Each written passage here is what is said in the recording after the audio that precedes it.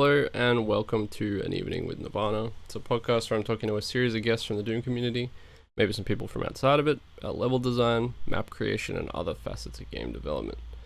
My guest today is Bemused, one of the best known macro slaughter mappers in the Doom community. He's creator of his early solo project Dank Midis and Linedefs, Cryogenics, and the Cacoward winning Abandon. He's also contributed to a few projects I've been a part of with maps in Flotsam and Haste. So, how are you doing today, Bemused? Yeah, good, thanks. Yeah, good to have you on. Good to be here. Yeah, well, I mean, I start out with basically the same sentence and the same question every time. It's it's the boring one. What was your introduction to Doom originally? And it's got to be early 90s. My dad came back with a few sticks of RAM and a Wolf 3D, copy of Wolf 3D that had Doom shareware with it. I didn't really pay a great deal of attention at the time until I saw him play it a couple of months later, and I was just like, wow, what is this? There's sound coming from the PC and everything. Like, there's scary dark areas, and yeah, it blew my little mind. Mm-hmm. And so did you start playing that almost immediately, or were you too young to be allowed to? Pretty much, yeah. I forced him to, go out and get all of the extras, the final Doom, all the rest of it. And it became this kind of thing where I would try and get through. It was mainly Plutonia back in those days on Doom 95. Mm-hmm. That I would do like little challenge runs of Plutonia, just trying to get through the maps, by not picking up weapons or whatever. It was this fun little game that I used to try and do to just see how difficult I could make the maps for myself. Uh-huh.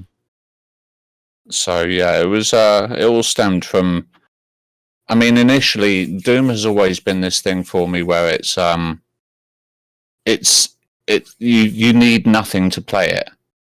So, if you've got a word processing PC, you can always go back and play this game. Yeah. And that's the main thing about it.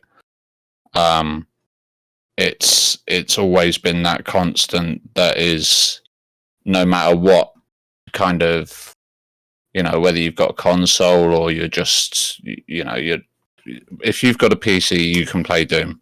So it's been in my life, in my life in some way ever since. In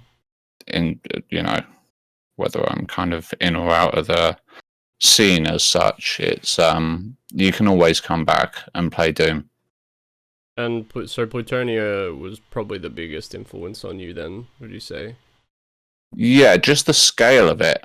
Map 32 was just,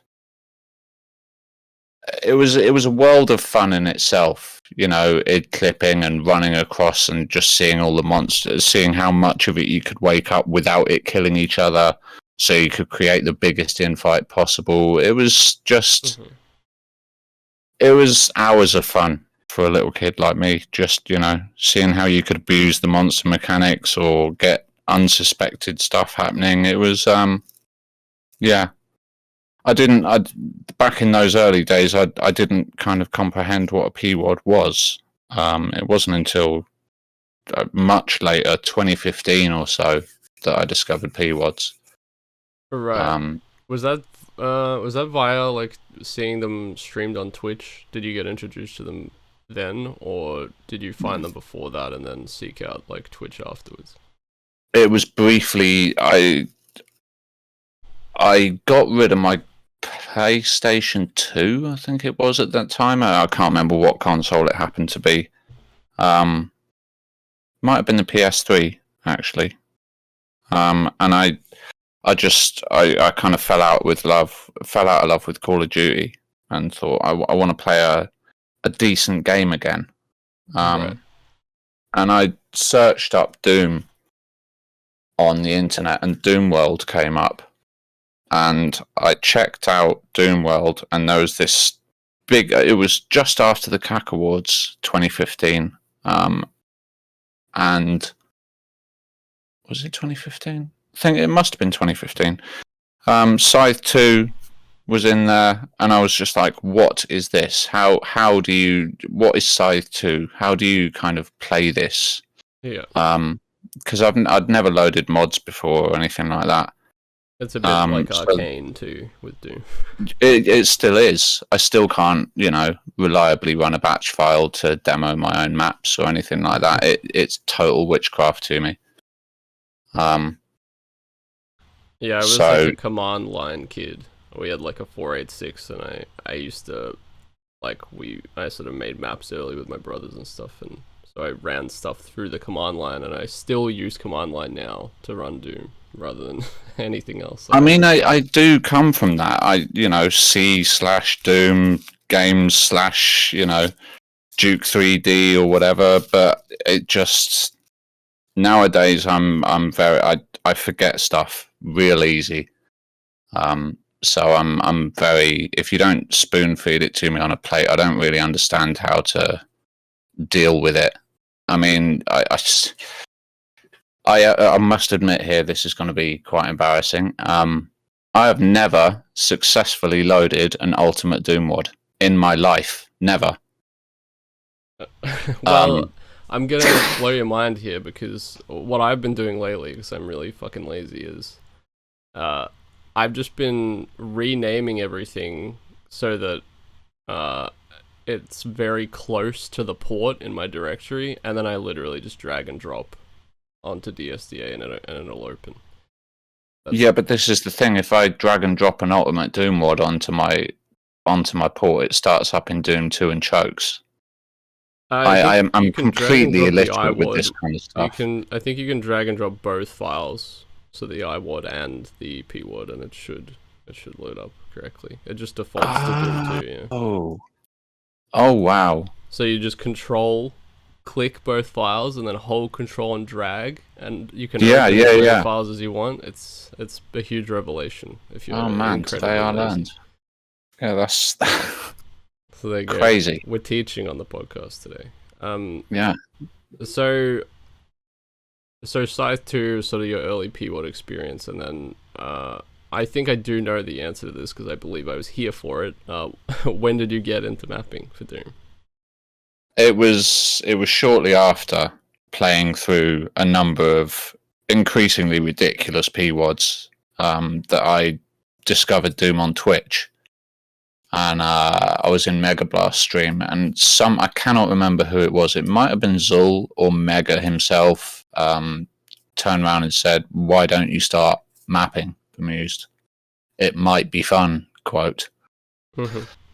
And it started from there. I did the basic thing that everyone does of downloading the editor, struggling to make a wall lower, kind of thinking I was the greatest thing since sliced bread because I had a square box full of demons running at the player.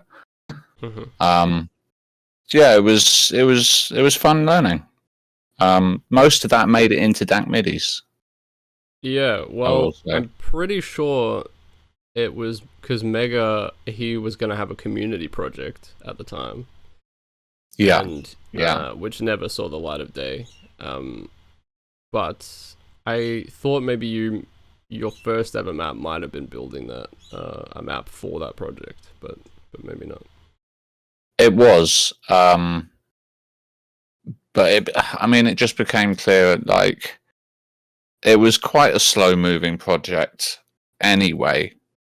And to me, this mapping was this kind of huge world to explore of endless possibilities and fun stuff.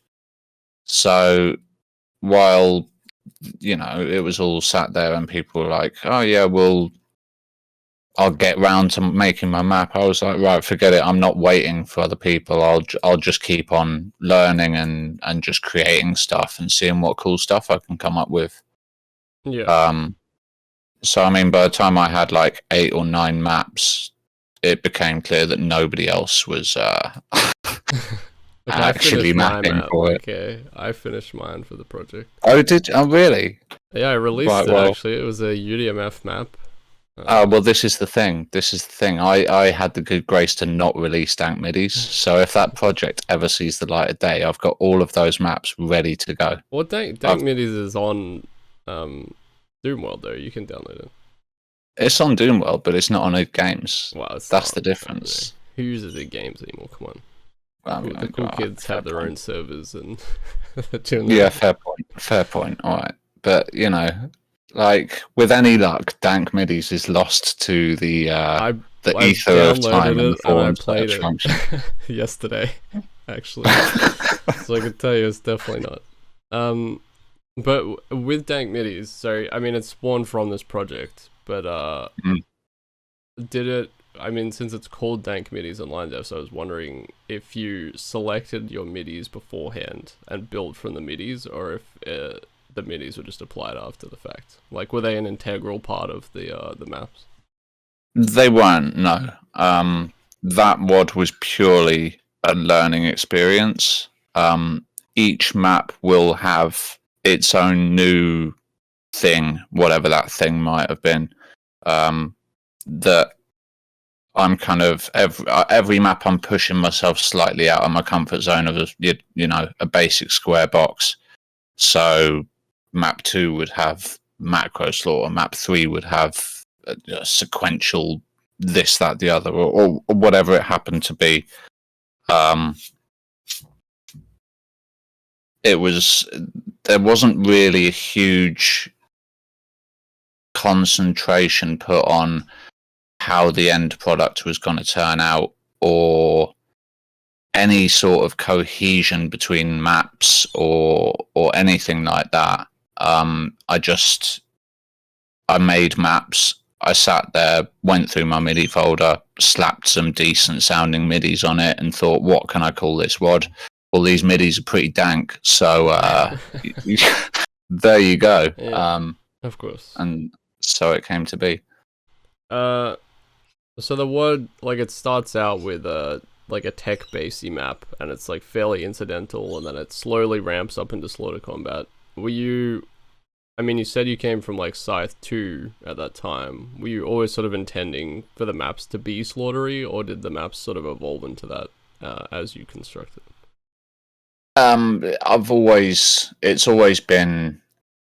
It's a big kind of draw, the visual aspect of slaughter, and a lot of it is to do with the fight reveals. If I'm honest, it's not even about the combat dynamics or the rewarding feel of getting it right. It's how cool it looks when all this shit is flying across really large rooms. Mm-hmm.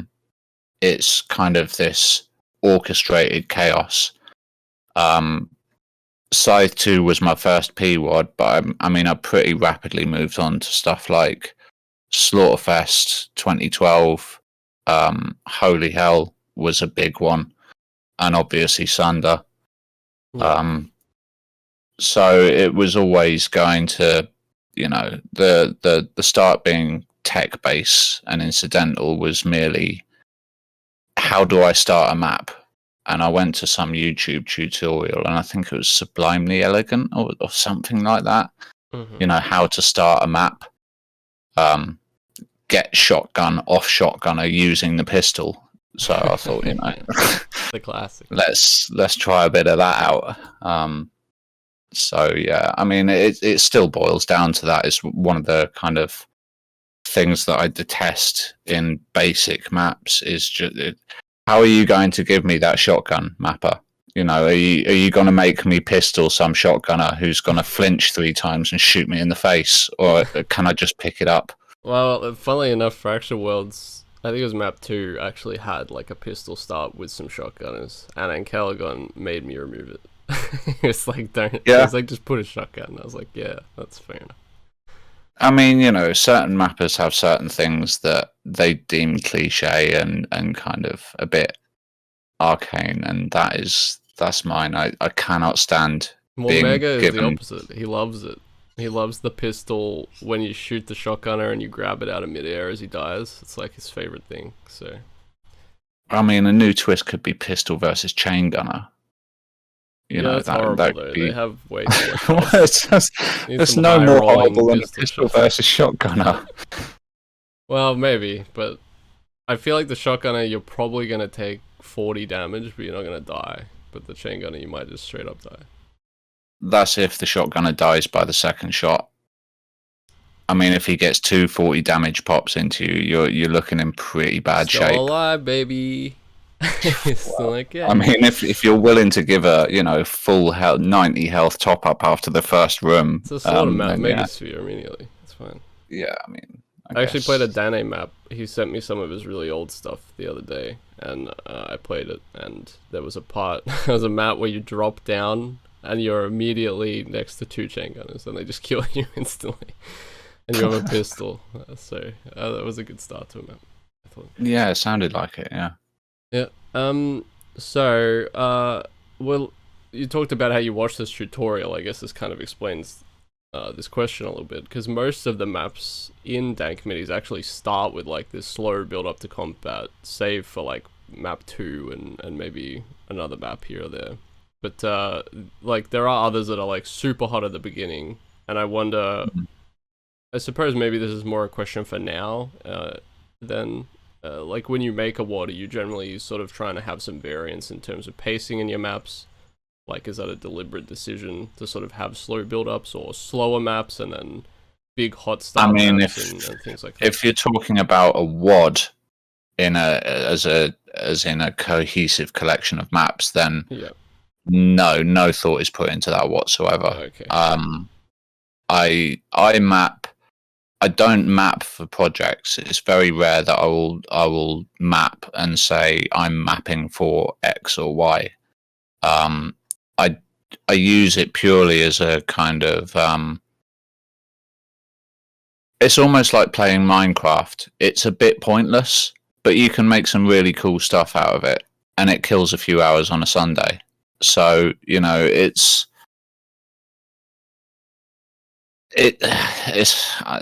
yeah. Right. So even Cryogenics wasn't like something that you were like, I'm building a project. You just made maps and then you were like, well, I'll put these all together. Yeah, I've got 6 on my hard drive. Let's chuck them in the same file so I don't have to keep continuously going back and editing different files. Mm-hmm. It's the same for Flotsam. It's the same for Haste. Abandon is the only project that I've set aside and said, right, this is an abandon map, so this needs to be on point.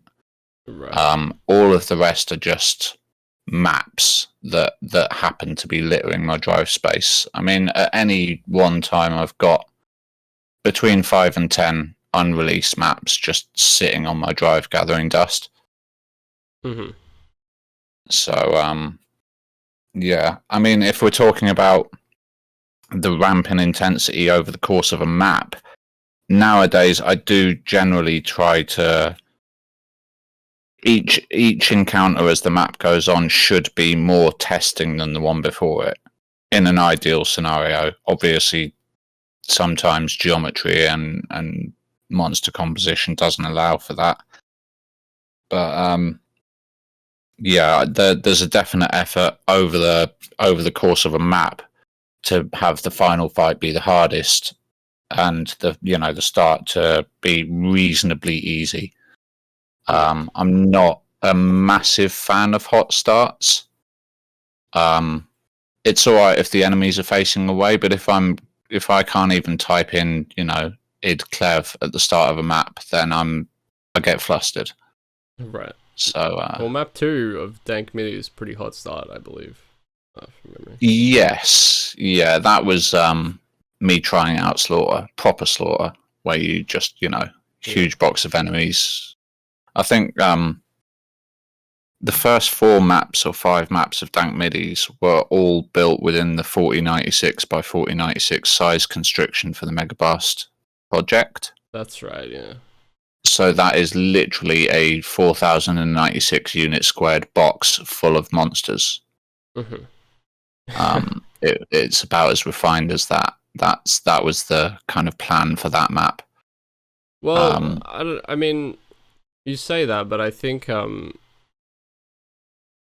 was like relatively, well, I don't know about refined, but like you already had a pretty good sense of slaughter set pieces and stuff in Dank Midis. I feel like the fights don't feel really dated, and they don't feel like you didn't know what you were doing like a lot of early slaughter mappers. It seemed like were you sort of looking at things like Sunder pretty carefully, and like looking at were there fights you wanted to replicate from other WODs and stuff?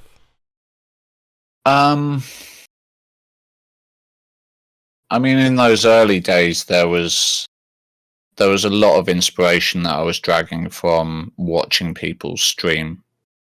There wasn't, there was a lot of, especially on Twitch, you've got this added benefit of kind of all of chat interacting over what is a beneficial or detrimental aspect of a map. So you've just purely by watching Twitch streams, you've already got the basics of, circle strafe is bad, monotonous grind is not ideal. Just, it's just a case of putting that sort of stuff into practice when you open the editor and start spamming lines. Mm-hmm.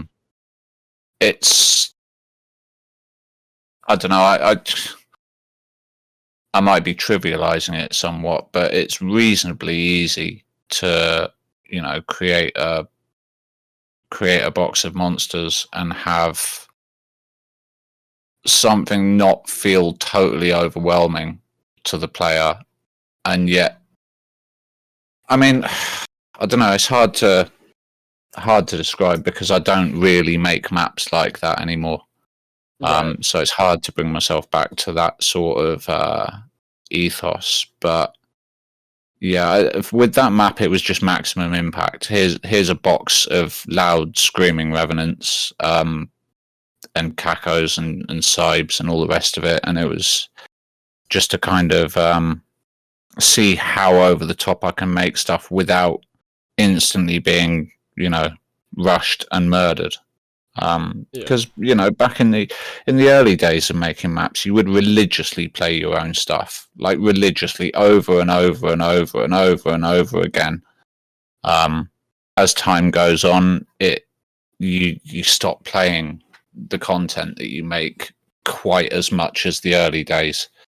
I think you get a little bit better at judging your own stuff. I think I talked to Rubik's a bit about it, and you sort of just get like an idea of like, I've put these monsters down, I kind of know how the fight's gonna play out, and you can playtest it a little bit, and then like your instincts generally become a lot better, I think. Yeah, I mean, nowadays it becomes, I almost think when I'm designing fights and stuff nowadays, you almost think of it when you look at the auto map and you do IDDT, and you can see the projectiles and you can see the little triangles moving in 2D form. That's how you're kind of approaching the combat. So you'll be like, right, you'll kind of draw a little yellow line across a screenshot of your map or whatever, or mentally kind of trace your finger across the screen where you'll want the player to run and which route you'll want them to take through the room. Yeah. And obviously you'll strategically place imps to be in that route and then, fill the rest with revs and hell knights or whatever. Yeah, I definitely do it. Like, I do it a lot in visual mode, where I will look at sightlines a lot, and I use like the gravity feature a lot, where you go down to like actual player height and you can run around, and I'll just kind of move around spaces in that mode and look at sightlines and elevation and things like that. Yeah, like where would be an annoying place to be pelted by, homing long-range rev rockets from? Oh, I'll put a little ledge there, stick some revs on it. Yeah, or if there's like cheese spots, or generally a good way to like find that kind of stuff. Yeah. Generally, I mean, I'm really bad with cheese, actually. I try to, block line everything, and it feels really kind of forced at times, yet people still find ways to kind of vault themselves over the scenery and end up on the wrong side of the fence, Well, I know laughing that at I think you're probably one of the people who tries to stop it the most that I know, because I know that I'm pretty sure in a lot of your maps you have specific block lines you put in place to stop things like GZ Doom people rocket jumping out of things and stuff, which I know most people don't really bother with. Yeah, and I will. It's quite unfun when you're kind of taking into consideration GZ Doom's ability to rocket snipe. Having to take that into account when you're mapping. I mean, I get as deep as I won't like put an Instapot pit within 128 units of a wall, just in case somebody with a free look rocket launcher decides to snipe that wall from across the map. I really take it down to kind of the minutest of details, and it does sap the fun out of mapping somewhat. I guess for me, I'm like, well, if they want to play with like jumping and free look and mods and all this stuff, and like, they're just taking the experience away from themselves. So I don't really care that much, I guess. Well, I mean, this is the ironic thing. I don't know how to remove do the no jump thing in Slade.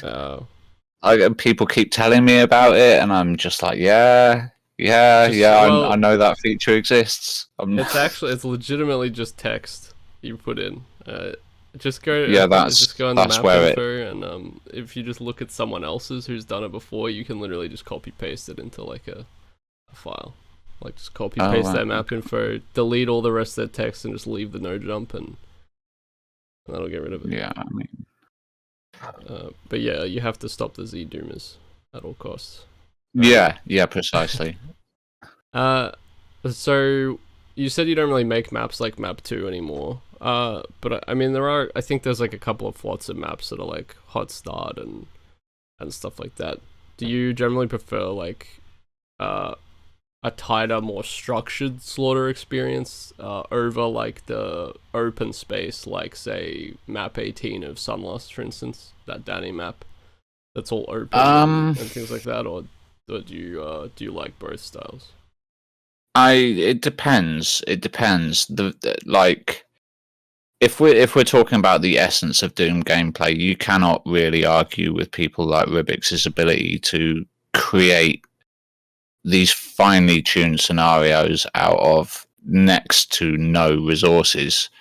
And that goes with both monsters and line usage. He makes incredibly good looking stuff with barely any lines, and makes really rewarding, fun, tight feeling encounters with, a fraction of the monsters that I would usually use.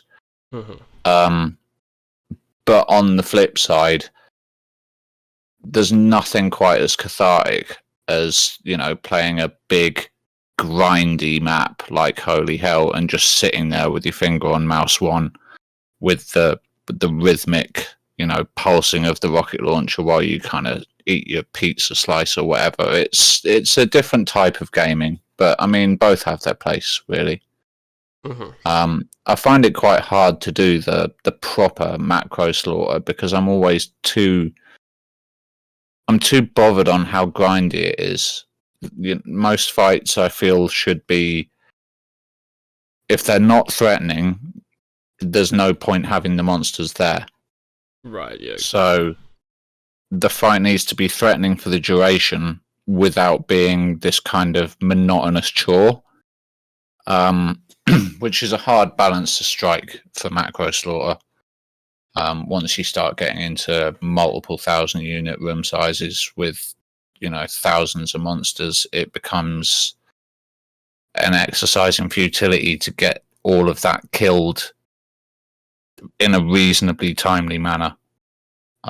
It's quite a challenge. I mean, unless you pack the room full of cybers, which end up as this marching wall of meat anyway.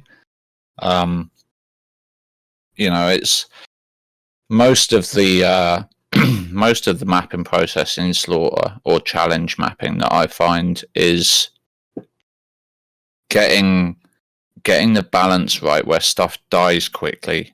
Like if the player survives, the room should, in theory, in most instances, kill itself. Yeah. But it's depends on the map and the scenario, I guess. Yeah, a lot of that just comes down to testing and stuff, Yeah. making sure that there isn't too much cleanup. Some cleanup can be fun, but yeah, definitely can. If it's threatening cleanup, yeah. I mean, as long as it remains engaging, circle strafing around 500 Hell Knights with the rocket launcher is not. If that's happening at the end of the map, I feel like I've done something wrong. There's an imbalance somewhere. I need more cybers or whatever.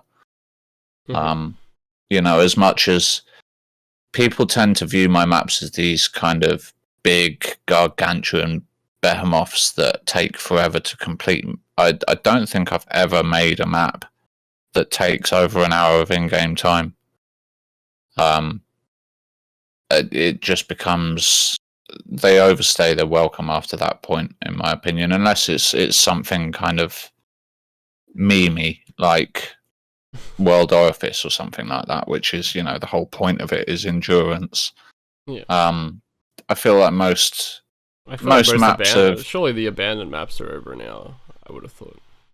No, each one of those should be about 45 minutes. Okay. Give or take. I guess obviously it's for blind players who are dying a bunch, probably going to take. Yeah, I mean, some people can take hours and hours and hours to beat a single fight. So we're talking, run through on a UV max would be sub hour, definitely 100% on pretty much every map I made for Abandon. In fact, every map I've ever made, as far as I'm aware, would be sub 1 hour. Yeah. I guess back to maybe slightly tighter encounters. The Revenant Stairs in map 5, it's probably an encounter most people are going to remember if they have played Dank Midis, I think, because it's probably one of the harder ones. Although, I will say, I went and played that fight last night and I did one-shot it, so I felt pretty dank myself after that. Oh, nice. What is it you enjoy about pressure fights with revenants, either on stairs or in hallways, because they do feature pretty heavily in your WODs? I mean, I'm gonna preempt the last question here, but revenants are quintessentially the core of challenge Doom gameplay. Right. There is no other game that offers you something that can randomly spam either homing or non-homing attacks at you, can chase you at such speed, can be used in such volume, and that they interact with vials in such a way that without revenants, Doom would be a much less interesting game to play, shall we say. Yeah. And especially when you combine that with the slidey physics and just generally kind of the fine movement control required on stairs. When you come out of that fight having beaten it, you've been tap dancing on those keys essentially, in a way that very few games or scenarios really get you doing. It's satisfying getting it right. I mean, don't get me wrong, it's a challenge and it quite often goes pretty horribly wrong, but when you do get it right, you feel like you've achieved something. You feel like you're getting better at the game. And I used to use that as a practice WOD just to warm up to gameplay and such, and it genuinely does make you better at Doom just by kind of face planting that unfavorable scenario, juggling the auto aim range and the stairs and the revs coming down the stairs at you and timing it all and ammo management and health management. It just Mm-hmm. it kind of encapsulates everything that's fun to me about Doom gameplay, I guess. And auto-way management on the stairs, for sure. Yeah, because you can't get too close. You can't be wildly firing rockets because then you'll be eating splash damage off the stairs. You've got to be doing it within the auto aim range of the revenants. So yeah, which kind of forces you to play closer, which makes it inherently more difficult again. So yeah, it drags you into that range where the distance between the homing and the non-homing is not all that great. So you've got to really plan your little figure of 8 on that step. I mean, when it comes down to it, it is just a figure of 8 that you do on each step, slowly going down with the level of the revs. But you know, it's a satisfying sequence to get right. yeah, I agree, for sure. So with map 9 and Dank Midis, we start to see some sort of larger, more symmetrical detail sections taking place, and I feel like that is like a big signature of your map design. When did you start sort of really getting good at creating that type of geometry, and what are some of the things that like helped you the most while you were learning?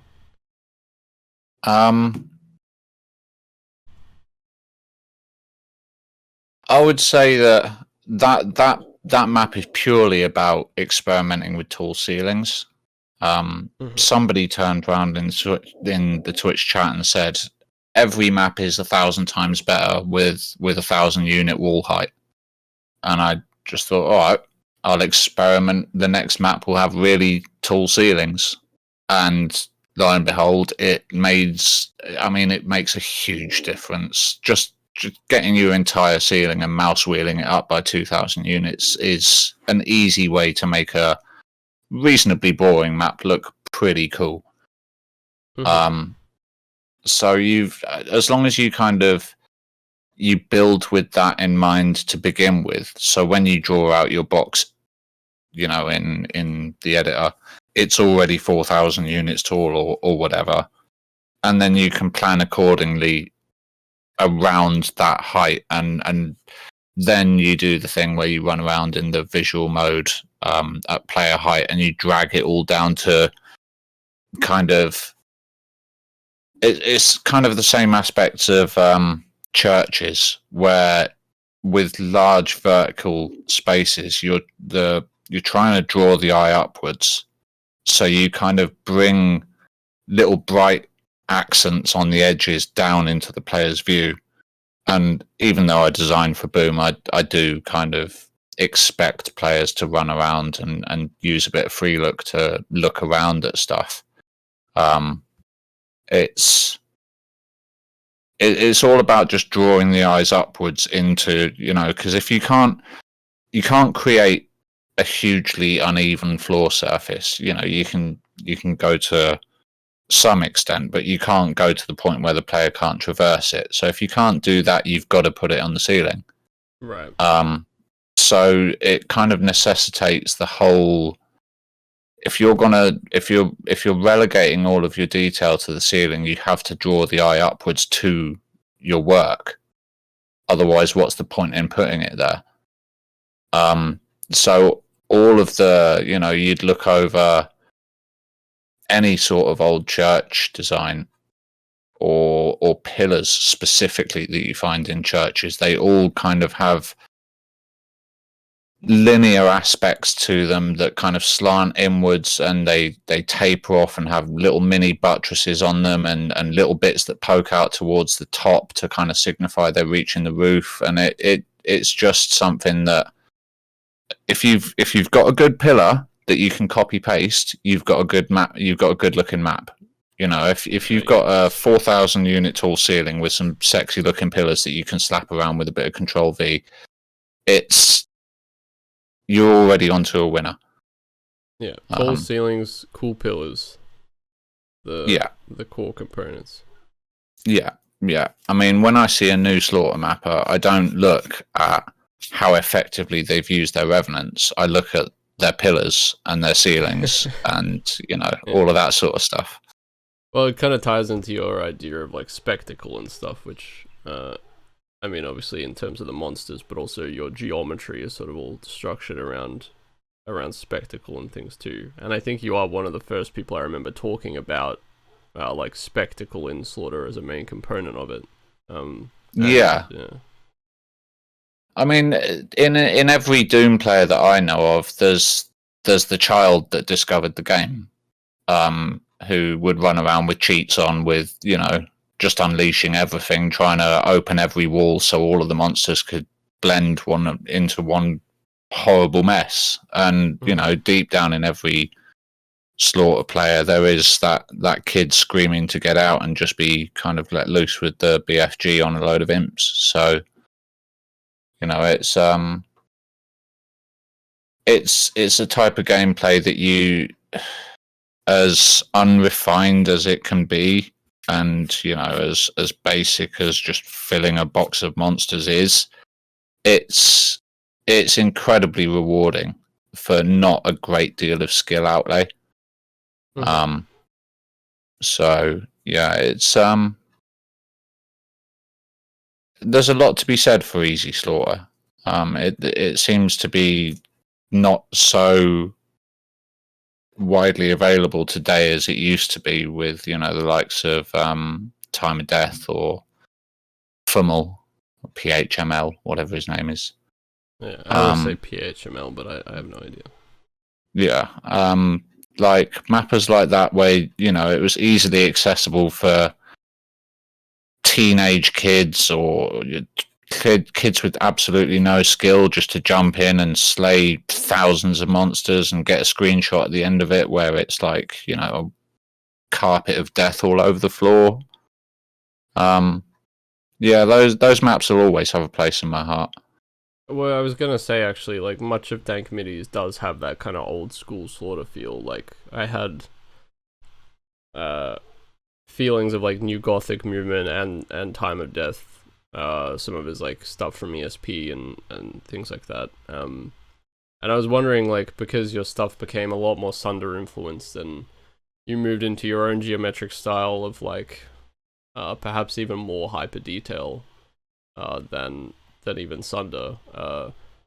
Did you get to a point where you like started to miss being able to keep things a bit lower detail and like a bit looser, like making more simple maps? Yeah, 100%.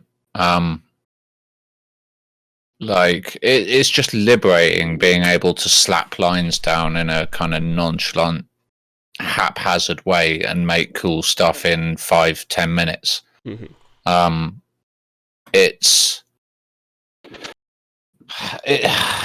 I don't know. I mean, when there's a difference between the stuff I like to make as a visual spectacle and the stuff that I used to like playing, which is why I think I've slightly fallen out of love with the whole making process, to be honest. I prefer the less challenging, more spammy, kind of cathartic aspects of the old style of Slaughter gameplay. I think a lot of that is evident in, I mean, when you compare my abandoned maps to Benjo's, and well, yeah, mainly Benjo's, there's quite a big difficulty step from mine to his. He really went hard on making the player feel as uncomfortable as possible, where I was more on a kind of, there's got to be some sort of feeling of achievement at the end of each map where you can kind of, especially if there's a cool vista, you've got to be able to look back at the carnage you've caused and feel a sense of, yeah, I created this mess. So you like to empower the player a little bit more than some of the more like oppressive mappers, I guess. Yeah, I mean, don't get me wrong, oppression, it does have its place, but yeah, there's definitely, there needs to be a moment in the map where you're like, hell yeah, I've just beaten that fight or setup or whatever. Otherwise, there's no incentive to play more. Why would you start a new map if the last one didn't reward you in any way? It's the only way you can really reward a player who's beaten a Doom map with, a cool exit vista and a carpet of kills. Yeah, that's all you can really do. And then they press the space bar and they're welcomed with another 4-figure monster count and another 6 hours of grinding out a strat for it's a pretty thankless task playing these massive great slaughter wads. So you've got to sprinkle in a bit of incentive here and there. Mm-hmm. Well, Cryogenics kind of takes like the loose slaughter formula that you had with Dank Midis, and it tightens it up in a lot of the right places. I think it's genuinely one of my favorite slaughter wads ever made for that reason, because I feel like it takes what you're talking about, that sort of looser formula, which I really personally enjoy, and then it gives you enough difficulty to make the fights like that bit more satisfying. So I guess I was curious, like, what your goals with in terms of difficulty and gameplay with those Cryogenics maps. I guess you talk about the fact that you don't really do too much planning in terms of that, but you do have like a general sort of pacing structure for your maps. So were you aiming for them to be sort of more difficult and a bit tighter than your previous stuff? Again, they didn't really start off as I'm going to make a dedicated WAD here. Sure. So it's with each map the story would be different. A lot of the maps were, at that time I'd just played, I can't remember what WAD it was, Sunlust it might have been. Right. So the inspiration should be reasonably apparent that I was impressed with the combat style and just general monster usage that Rubik's employed. And as a whole package, it just needed to feel reasonably coherent because it was a first release that actually made it onto id Games. I just wanted it to feel semi-polished. Yeah, I mean, I wouldn't say that there was a kind of overriding ethos. That it was designed to be smaller maps as such. It just turned out that way. The 4 maps that I made that weren't suitable for abandon just got kind of thrown into a single file. So it was more a product of its influences than a product of pre-planning. Yeah, 100%. Yeah. Mm-hmm.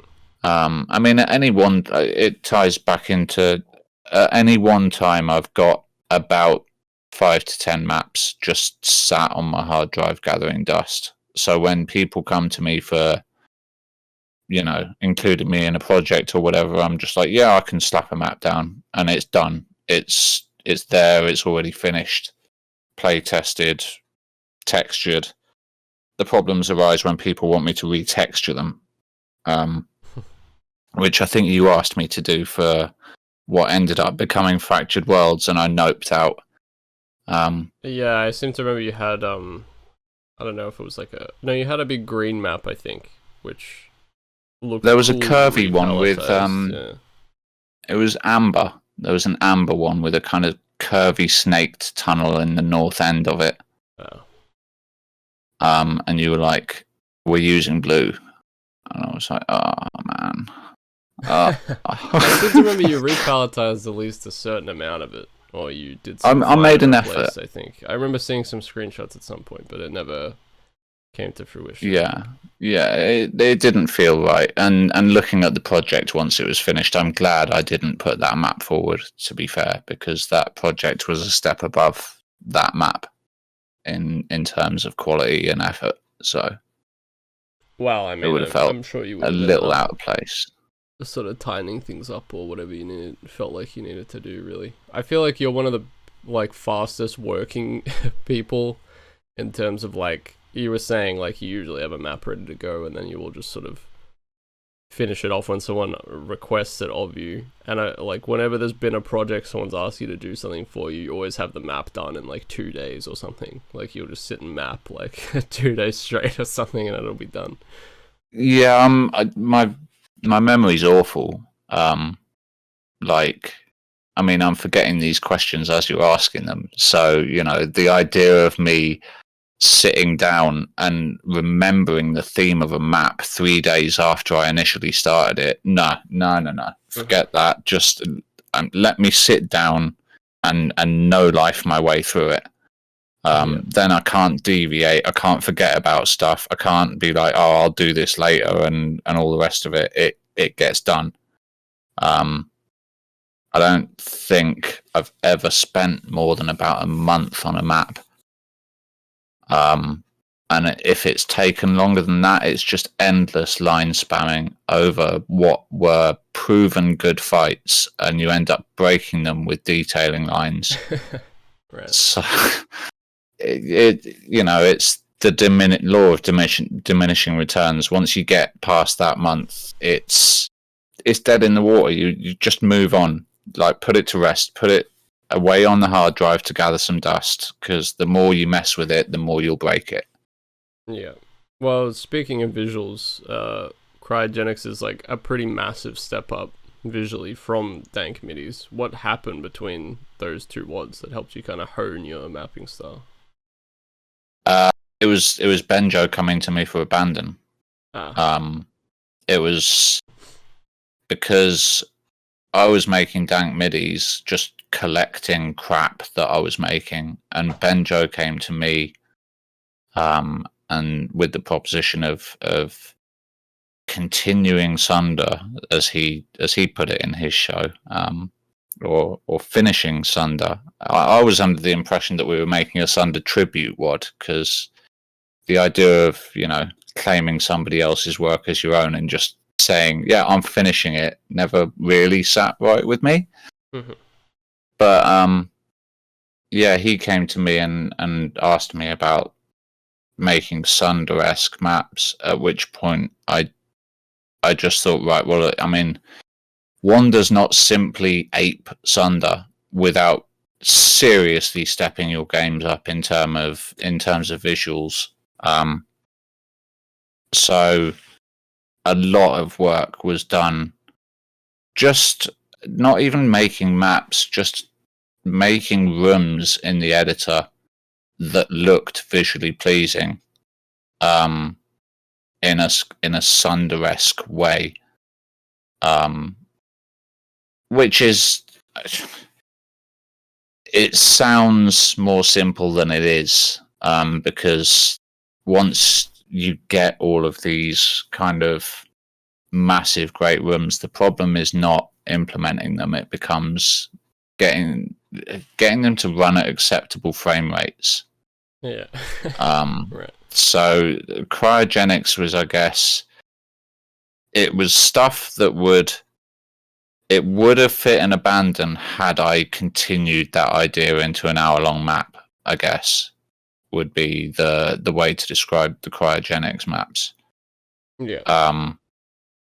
So it was all kind of, a lot of effort was spent just taking an already finished map and drawing more and more and more lines over it. Yeah. What is like your usual process for creating that kind of geometry? Like, do you have a finished concept in mind, or do you mostly like create a lot of patterns and then replicate them and just build on it? It depends on the map. Some of the fractal stuff that I put in maps is, you know, you'll make it and see how it copy pastes out and see how it translates to either a bumpy floor or how it looks on a ceiling. You know, there's a lot of experimentation with just abusing the curve tool and the line splicer and seeing how far you can push it before the lines cross over each other and invert and mess everything up, and like just turning it back a slight notch from that. Mm-hmm. And then you've got something you can copy paste. It depends. That sort of stuff is quite quite easy to do once you've got that kind of weird shape that you want to start off with. It's a matter of spamming it everywhere. The cubic stuff, generally speaking, I'll start off with a rough idea of what I'm doing. So you'll start out with I want this map to be a castle that I traverse around the outside before I make my way up into a central spire. Other than that, it stuff just kind of follows on. You know, if you build enough grand old church looking rooms in the editor, you've always got a kind of template to fall back on and be like, would that work in this scenario? Would that work if I placed that round there? Would that block the sight line of the rest of the map if I was to have this here? Or there's a lot of considerations to take into account. Do you work with like prefabs at all? Like, do you prefab stuff and then paste that into a new map and then like? I don't save them as prefabs, but there are single rooms with no gameplay saved to my drive. Yes, that I would, I'll go and take bits of them and copy paste them out. 100%. Yeah. Because I mean, when you're dealing with, if you're mapping for visuals, there's a lot of stuff that you end up making that just doesn't look quite right. So I mean, a lot of stuff gets binned. A lot of stuff you're not feeling it in that moment in time. So you can't be bothered to finish it. So it just gets dumped in the Doom folder on the drive, and you rediscover it a number of months later and slap it in and think, yeah, that works quite well. Yeah, I mean, I definitely have done a bit of that in the past. I think for Breathless, I had like an entire map that was just a bunch of visual elements. Like, I just messed around, like you said, with different tools in the editor, like the curve tool and the circular line tool and all that kind of crap. And then I saved a lot of those as prefabs, but I guess our styles are pretty different in terms of visual detailing, so for you, it must be a lot more important in terms of like holding onto pattern work and stuff. Yeah, I mean, it depends on the map, I guess. Some maps are very heavily kind of strictly pattern based, and I will not deviate. I won't even put functional line defs to ruin my perfect, auto map. Some I'm less strict about. It entirely depends on the theme of the map. Obviously, with stuff like cubic architecture, you've really got to be strict on where you put your lines. The curvy stuff, I'm generally less bothered about, but I mean, yeah. And do you ever struggle with sort of getting around the problems of like symmetrical geometry for combat when you're working with these sort of large-scale pattern work geometric sort of systems, or do you get around that with just sort of like asymmetrical monster placement and stuff? I mean, again, it depends on the setup. Having a copy of your fight, minus details, so you just draw it out, a basic copy of the fight in the editor, and just seeing or even just messing with the fight as is, just changing variables, change your start position, change your monster composition, change, like, you can block line cybers on one side, which will force the player to go to the other side.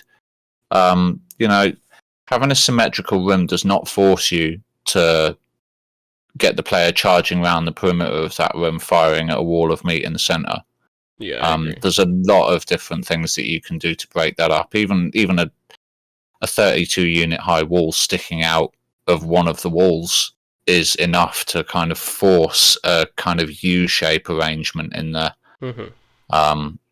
And even if it's symmetrical, a U strafe is more entertaining than running in a circle. Yep. And I think, like map 5 of Fractured Worlds, I had two fights that were like big circular arenas, but I deliberately structured them that way, and then uh, built the sort of combat so that the symmetry didn't end up making the fight boring. Like I think there's a bit of a thing where people are like, oh, you should never. I see this a lot with like first time mapping guides and stuff. They're like, you should never make symmetrical geometry because it leads to bad gameplay. But it's like, well, you can work around it pretty easily. Still have. I mean, who's to say that you should be making good gameplay? Why does everything need to be good gameplay? Why can't we just have this avant-garde shit where we just run around and think, my god, this is awful. This is like genuinely awful. I cannot stand this, but this is amazing. Not all art should be beautiful, You heard it from exactly. first.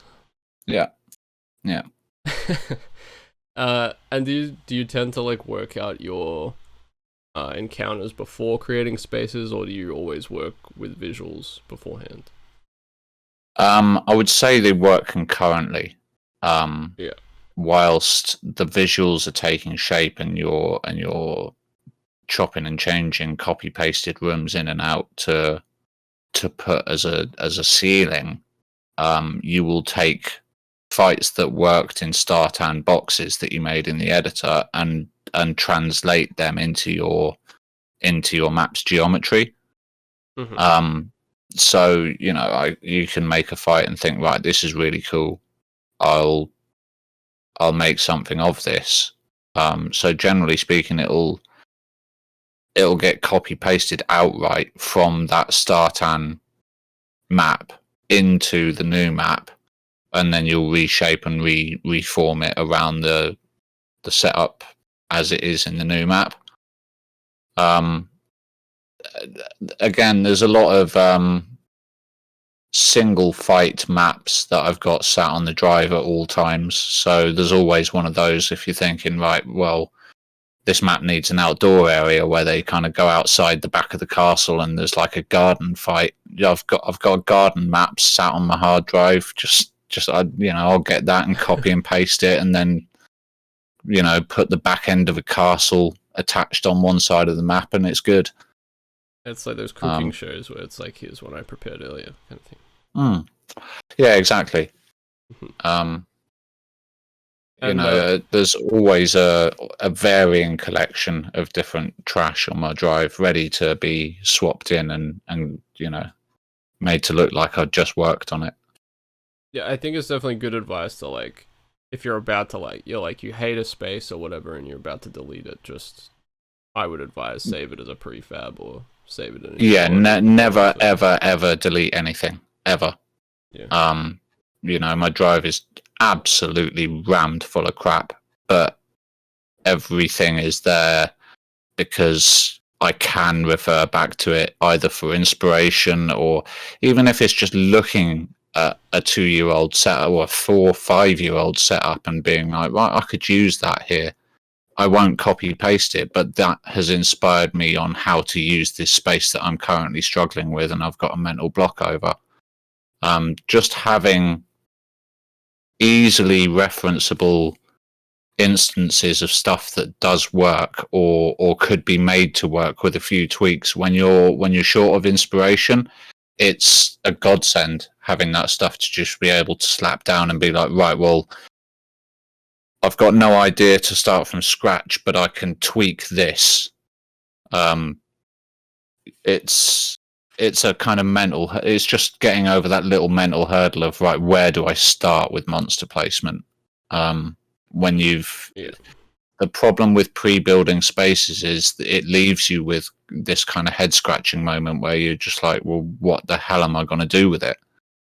Yeah, I pretty much always advise that people should be thinking about like monster placement as they build, no matter what. Because a lot of the time, I mean, maybe your stuff with the more macro slaughter is a bit different, but a lot of it is like, if you're thinking about it as you go, you can build in monster closets, like as you are constructing, and a lot of the time it just adds to like a much more natural feel to the reveal of the monsters and how they're built into the space, and which I think can help. Well, I with mean, that a you lot. can. You just got to consider that sort of stuff. You just got to consider that sort of stuff as you go, I guess. Yeah, You know, exactly. so if you're considering a castle that you traverse, you will have your route planned in your head as you draw that castle out, and then you'll obviously, as you traverse your way up the castle, you'll have to designate each area into a fight. So you'll have each separate instance of kind of a controlled combat scenario, where you will tweak the lines and manipulate the play space to be somewhat interesting and engaging, and then kind of separate it off from the other areas. And whilst there's an overarching theme that you're going up and you know, traversing this big structure, you don't, from fight to fight, you don't really feel that, because you've been segmented in and being, you know, closeted into this fight and locked in or held in by other means. Generally speaking, the kind of overarching theme, it's hard to say. It's most present at the start and the end as a kind of intentional thing that I've put into the map. There's not, because I struggle to make non-linear maps. I generally try not to draw too much attention to the way that the player is progressing through the map when they're doing so, because I don't want to draw attention to the fact that they're being railroaded through a linear set of events. Yeah. I'd love to be able to make non-linear maps. I don't have it in me to balance and test twice. It's laborious enough doing it once. So like when you're coming up with a texture theme, is that, I'm assuming that's something that happens very early on for you? Yes. Yeah. I'm assuming that's a big part of the process. Yeah, if I don't have a coherent texture theme in mind, the map doesn't go anywhere. It sits on the drive. Yeah. Most of my maps use less than 10 textures. Usually it's just a variant of some sort of dark type, some sort of wood, any sort of brown nondescript backing, mix of metals, and some sort of vibrant highlight bright color. Generally speaking, that's all you need for any map. It kind of gives you the dark brown range in Doom is so wide that you can get away with just that. You pick a gritty dark brown texture, and just the way that the renderer works makes that texture work across so many different scenarios, different lighting arrangements. You can use it on outer walls, you can use it on inner walls, you can use it on dark tunnels. It's just, there's a lot to be said for brown in Doom. It's definitely the strongest range in Doom. That and the greys, probably. Yeah. I've never really explored the greys. I have wanted to do is it Doom Noir, the grayscale one with red, like SimCity or whatever. Oh right. Yeah. But somebody else got to the idea first, so there went that idea. Got to be quick with Doom these days. Yeah, precisely. So Flotsam was like, I mean, it was just a collection of stuff we had lying around that ended up being in the WOD. I guess like my question was, where were your maps taken from? But I suppose since you just had stuff lying around all the time, it was probably just stuff from your hard drive, I'm guessing. Yeah, more stuff littering the drive, stuff that wasn't good enough for abandon, stuff that would have been used for abandon but didn't obey the no boom features limit. Sore point.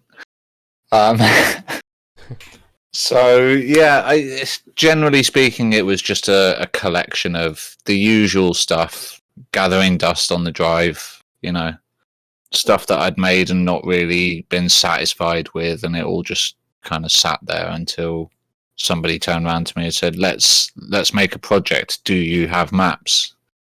Yes, I have lots of maps. So well, I'm pretty sure there was another scenario of you making like 5 maps in the space of like 3 days, and the rest of us had like 1 map. Yeah, I mean, the most time was taken on 12, to be fair. Well, that was my next question, actually, was about that lighting sequence in map 12. How long did it take you to put that together? Because it is ridiculous. I mean, it wasn't so much the lighting sequence that took the time. That was each of those voodoo things for the lights is just copy-pasted with the voodoo placed at a certain, different place, so it came together. It was one of those things where you just slap it down and it works. And I thought, holy hell, I cannot believe that works, but I'm not touching it. Yeah. So, yeah, that was reasonably quick. The 242 control sectors, yeah, this was before I knew how to block select and do the greater than or equal to tagging thing for lines. Yeah. And there's like 700 tags in that map, or sort of 500-600 tags or something like that. So I had to go through every single one, clicking the line, manually opening the box, typing the number into the tag box. I spent about 30 hours. I stayed up all night doing that. Because I remember Zul got on Discord the next day and he was like, "Have you not gone to bed yet?" I was like, no, I'm like 400 control sectors in. I've just got to type, Did he not tell you did he not know about the tag ranging either? I don't think so. No, like rough. It was one of those. Once I was started, I was away. If you turn around and tell somebody you're doing it wrong, stop halfway through and now start doing it this way. I think between paint select and tag range feature, you probably could have done it in like 10 minutes. Yeah, if that. Yeah. Oh, that's brutal. Yeah. How important, like Dank Midis at the very end, the last like 2 or 3 maps, I think you started playing with light sequences then. And I'm wondering now, sort of, how important do you think lighting sequences are for adding like atmosphere and ambience to Doom maps? Pre-abandon, I would have said very. Abandon forced me to be. It forced me to not rely on the. I'm not going to call it easy visual tricks. Because lighting sequences are not particularly easy, but it's I mean, you can get a bland room and make it look pretty fancy with a decent lighting sequence.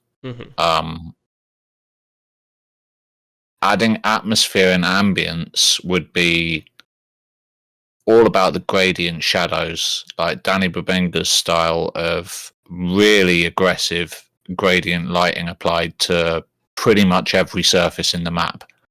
Yeah, tourniquet too with miasma is the one I Yeah, I mean, just going absolutely wild, like taking the map and ignoring what it does to gameplay, just going hard on the gradient lighting, because as much as players complain about dark areas, you don't stand in a corner and remark about how bright it is. You want kind of that dark grittiness to, if you expect a corner to be dark and a bit of a miserable place to be, then the lighting should really go with that. If you're trying to make a tense, dark, moody map, when you think about a tense atmosphere, it's generally in the dark. Your vision is generally impaired in some way. And whilst, yeah, that's not particularly great for dodging rev rockets, mood doesn't care about gameplay. Mood and gameplay are two different things that can be, interchanged, and they're not mutually exclusive. Well, also, I think the Doom engine just does so well with contrast, like lighting contrast, especially in especially with the browns. Yeah. So you can take a brown wall and step it down in 32 unit increments and then bring it from 192 brightness to 64 or whatever, and it will immediately lift that entire room and make it look not, if not 3D, it just brings life to dull spaces. Yeah. Well, also, I think you have to get to a point where you realize that, like, unless you're strictly going for some kind of realism for whatever reason, the Doom engine is like a lot better at abstraction, like abstract spaces and stuff. So using lighting as a tool for detailing without worrying about like where's my light source coming from and stuff like that. Like just using those gradient. Like if you look at Sunlost 24, the Danny Babinga map, he uses the green disco.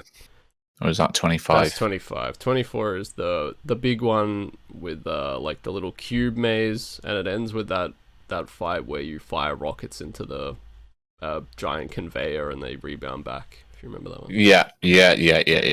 But Danny has a lot of gradients in that make absolutely no sense in terms of lighting, but they look really good. Yeah. I mean, it's one of them. Realism be damned. If you're gonna have atmosphere, you need to have the player think this is like an alien world that I've stepped into. It's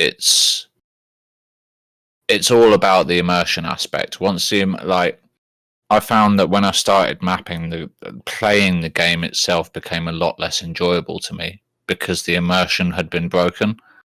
When you were dipping into stuff like Sunder as a uninitiated heathen playing your Slaughter Wad for the first time, it was mind-blowing. Your jaw was hanging open in disbelief. But when you know how all the triggers work and stuff, it takes a lot more to bring you into a map's atmosphere and to get you to suspend your disbelief and just be like, right, this is another world that I've stepped into here. And you've got stuff like that, kind of really otherworldly stuff that draws your eyes upwards, and forget the combat, forget the fact that you're playing a Doom map for a second. Look at this crazy space that you've walked into. Like, you can't really beat that sort of feeling. It's Mm-hmm. Well, part and parcel of what I make maps for, to be honest. Yeah, but definitely encapsulated like by your maps in Abandon, and they're probably the most ambitious maps you made in terms of scale, which I think was the case for Scotty and Ben as well. And I guess you said earlier, like, oh, you felt like you really had to bring your A game for Abandon as opposed to some of the other stuff you made. What was sort of different for you about making these maps compared to other large maps that you'd made? Well, I mean, it was just the fact that Benjo advertised it to me as a kind of tribute to Sunder.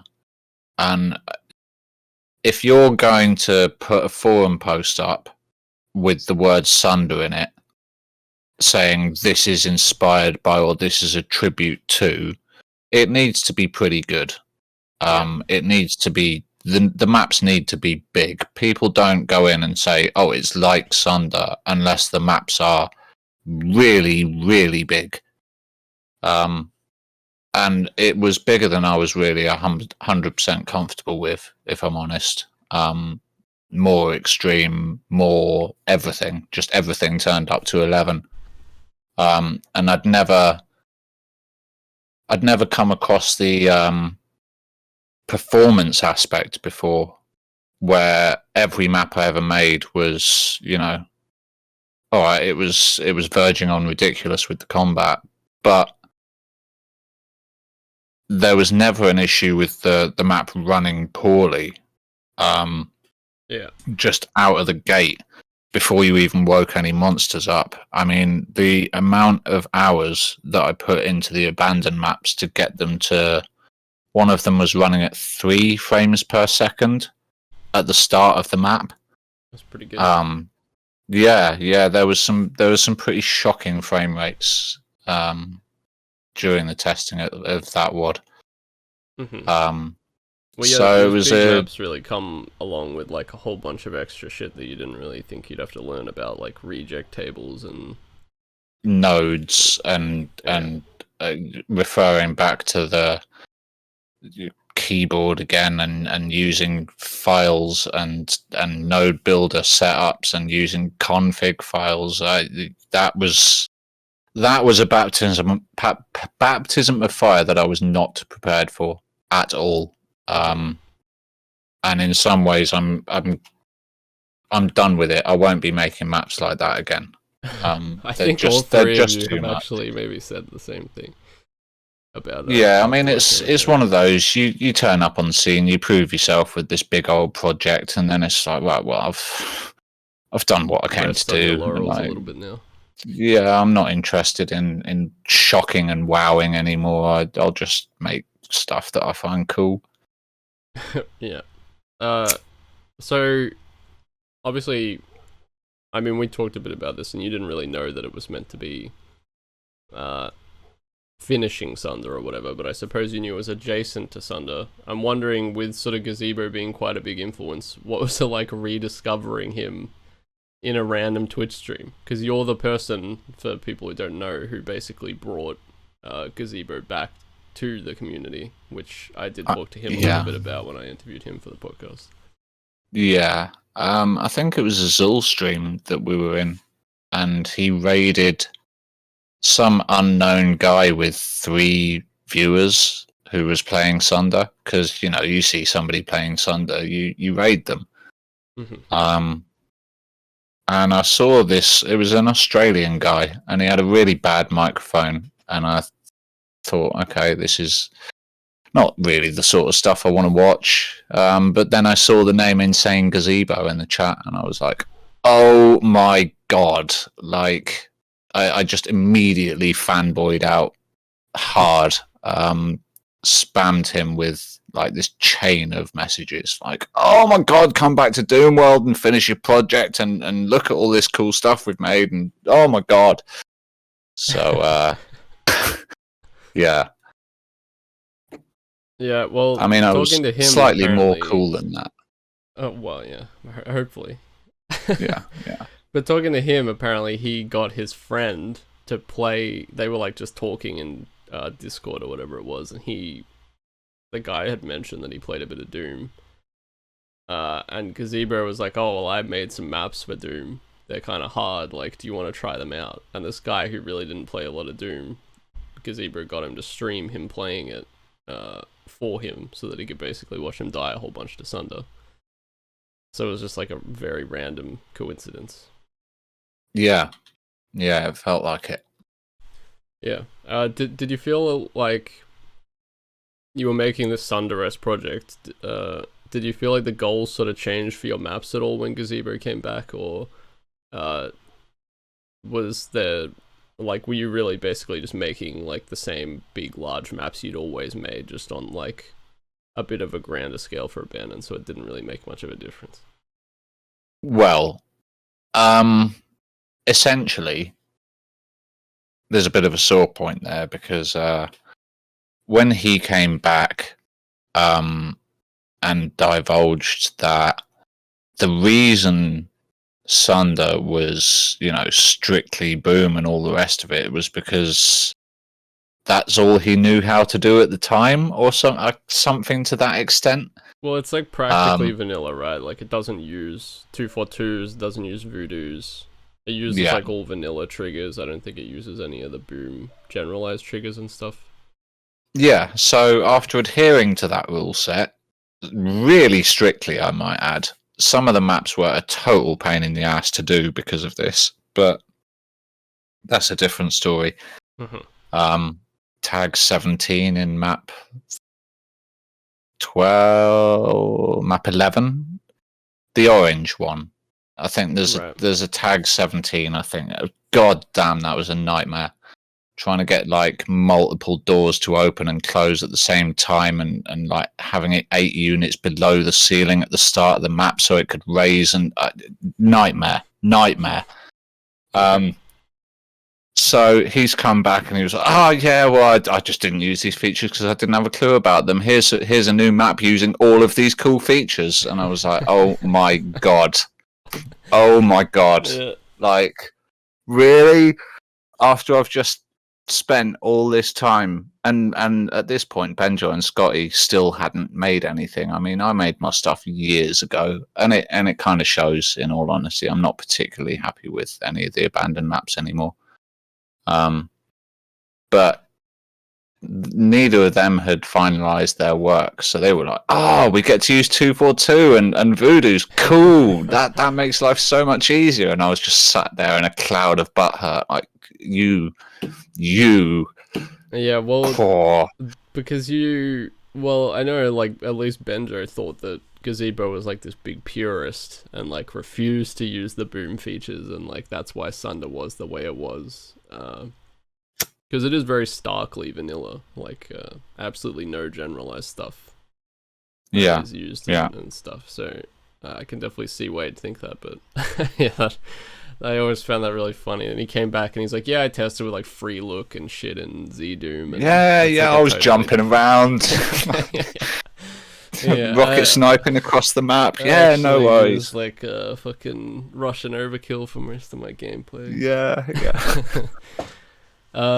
So for like a really gigantic map, like one of your abandoned maps and stuff, do you have specific methods for testing in order to make it easier? You said which I found really interesting, is that you make copies of fights with all the detailing stripped out, for instance, to allow you to sort of test things in more simplistic ways. Do you have other things that you do to make it easier when you're testing these really long maps, so you don't have to kind of play through everything? Yeah, give it to Dubs. Yeah, that's true. I shout out to Dubs right now. I would not be where I am without people like him and Ankalagon and Zul and all the rest of it to make maps of that length where one change means another hour replaying it. You have to have somebody who's really, really good at Doom, who doesn't mind just slogging through these brutal encounters one after another and making them consistently beatable and making them look like a cakewalk. So, you know, I've read about people's setups where they'll start a player off with a megasphere in their fight of choice that they're testing, and they'll, you know, move the player start. No, I will only test a map from player one start. Needs to be at its original position, and it will be right the way through to the end. If I find issues, I will stop the play test. I will go back. I will fix the issue, and I will start again from scratch. That's interesting. Yeah. So it becomes this hideous task of, you better get it right before you start playing. Otherwise, you're just going to waste hours. Which is where experience comes into it, because you learn how to do this by eye a bit better. Where you can slap stuff down, and generally speaking, it's not too painful on first draft. You also Dubs, get like a bit of instinct for like how much ammo the player is likely to use and have, and things like that later on. I'm more of the Armored Blood school of ammo management, where the player will need cells. Well, here's a carpet. Just refer. You're running out of cells. We'll refer to the bank in that corner. I'd much rather have the player just. The challenge comes from survival, because I've never really liked the way weapon switching is done in Doom. Right. So the way it kind of, if you run out of cells for a second, your being forced through this kind of 3-second long animation of swapping weapons around, and spamming, plasma rifle at a block of barons or something. I just don't really like the way that happens. And hotkeying a BFG to your mouse or something feels like cheating, and reaching for the 7 key feels really unfun and non-organic. So I generally try to keep ammo, if not excessive, but plentiful in most instances. Mm-hmm. Oh, I mean, I rebound my keys very long time ago. There's no way I'm reaching for the 7. No, that's cheating, man. No. Could you rebind in vanilla? I don't actually know. Probably not, right? I can't tell you. I played keyboard only until 2017-ish, 2016. It was only when I started playing PWADs properly. And then I moved to controller after keyboard only. So. Yeah. I mean, I was still rocking the non N key rollover keyboard where you could only strafe one direction. If you held Alt and pressed the other direction, it was too many buttons for the keyboard. So you'd have to kind of alternate the strafe between. That was the worst. Yeah, I remember those, the non-mechanical ones. Yeah, I mean, I'm still rocking that now. Because that's another sore point. I've got a graveyard of mechanical keyboards that have all failed. So back to the old non-N key rollover membrane. Well, that is a sore point indeed. Back to Abandon. What was the collaborative process like for map 16? The sort of gigantic. It's the finale, right? With Benjo. The massive, obnoxious one with that really long end fight with too many vials. Yeah. Yeah. I think Benjo was having a bit of a mapper's block with that one, where he wasn't quite sure on how to detail an area like that. I must admit I did find it quite difficult myself, because he passed essentially an outdoor map filled with square structures and told me to make it look good. Right. Which was quite difficult, because at that point the sight lines are already worked out, the geometry is in place, and yeah, you can't really work with much when you're given predetermined sight lines and start points and visuals and all the rest of it. So essentially I tried to make each area, I just spammed lines in each individual building and around each individual building. I must admit I haven't actually played that map myself. I looked at what Benjo had made in the editor and I was like, absolutely not, man. And you can find somebody like Dubs to play that one. I am not even touching that. I see those teleport rooms there and I see how much you've put in those. I am not playing that. So he handled pretty much all the combat for the map. Yeah, pretty much. I think there was one fight that I put down, which is probably the most unpleasant one in the map, actually. It's the blue key one that you got to platform down to it, and then you get the blue key, and there's cybers marching around, and you got to run around hitting switches, and there's the pain element. There's pains and cacos at range, and you got to hit the switches to drop the sides down and escape. That was just, yeah. I don't think I had too bad of a time, but I definitely watched a few people who had a very bad time with that fight. Yeah. If you're not hell bent on escaping that one, that can go bad real fast. Yeah. But I was under the impression that I'll just fill a couple of boxes with monsters, and it would spur Benjo on, much like it had with Scotty for the last Flotsam map, where I just slapped down a few monsters in boxes, and he was like, "Oh yeah, no, that's given me a few ideas." I was like, right, cool, I'll just do that with Benjo, and he just kept the boxes of monsters wholesale and just thought, fuck it, yeah, well, I'll work with that. These massive walls of meat. I was expecting him to cut them down a little bit, but No, he made it work. I guess. mean, yeah, collaboration like that is like, it's always interesting. Like, I mean, I'm actually, I mean, it's pretty much done now, but I'm making a map with Benjo at the moment, and I made some stuff, and I was like, I just sort of threw it together, and then I sent it over to him, and he made something. And it's like, well, I never would have thought to make something with those shapes, like geometry like this, or these textures. And then suddenly I made stuff to kind of match him, like to try to draw his theme to match the other stuff that I'd made. And then, like, you really get to, like, play off each other's styles, which ends up with, like, something totally unique by the end a lot of the time.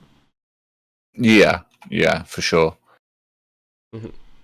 I suppose, like, looking at your stuff over the years and the gigantic line counts and how big a lot of your maps end up being, did you ever consider moving into UDMF mapping or something that could sort of handle the extra, like all the extra features and the lack of line limitations and things? Was that ever appealing, or do you just like Boom too much? I did. I did make a map with like 1.2 million Linedefs or something like that, just to see how it ran. But once you've got used to Boom, the movement feel of GZ Doom is so different that it feels like a different game entirely. And I feel like if it doesn't work in the lowest kind of basic modern port, then it's not. If you're going to utilize GZ Doom, you may as well properly utilize it using all of its features, like Bridge Burner. Who goes real hard on taking every feature that is available to him using Ultimate Doom Builder or whatever engine it is nowadays that people use to edit maps, and dragging every last ounce out of it. I never really thought that was. It's never really what I've been into Doom for. Yeah. It's more about fight reveals and just the way Boom handles fight reveals with multiple thousand of monsters, or at least the way it did when I started mapping. I know GZ Doom has come a long way since I started mapping, and it now runs all these maps flawlessly. But at the time, it was a non-starter to make content like this in GZ Doom, because you can make a 1,000,000 sector map, but the moment you put 1,000,000 monsters in it, it chugs. Yeah. Whereas Boom would handle the amount or something. Yeah. So if you're going to fill these gargantuan play spaces rammed full of lines with actual combat, you're going to need a port that handles that. And as of yet, I don't see anything that can do the two. Not to a playable standard anyway. Well, I think MBF 21 is coming up on addressing some of the stuff that's missing from Boom, or like it's adding like a lot of new features that maybe Z-Doom had while retaining sort of Boom's feel, which could have some potential, certainly. I mean, I was looking into MBF, but I mean, I must admit, I'm one of those where it's real hard to get me to update. I was on 2.5.1.4 for as long as I can remember. I'm still not running the UMap info version of Boom. Right. I just don't really need it for the stuff I make. It's always been, at CL9 is a known limit. It acts like Doom, and I don't really feel like any of the MBF stuff at a glance, because it was around the same sort of time as I just kind of went off and started doing other things and took a break from Doom, that MBF was coming out. Yeah. There wasn't anything at a glance that immediately made me sit up and go, right, I'm inspired by this, I need to make something new. I don't know, and plus the I think at the time the only port that supported it didn't have demo functionality. Like you couldn't like play test and save in. I can't remember what the issue was specifically in DSDA Doom, but there was something where you couldn't make a demo with saves. Yeah, it must have been an old one, because I think DSD is pretty good now. Just sort of Albion Plus, but better really now these days. Yeah, it's been a while since I've looked into it. To be fair, I've been on a sabbatical for a few months, enjoying the summer. Mm-hmm. So bringing your map sort of down to scale a bit with Haste, you had to make your maps a bit smaller to fit the goals of the project.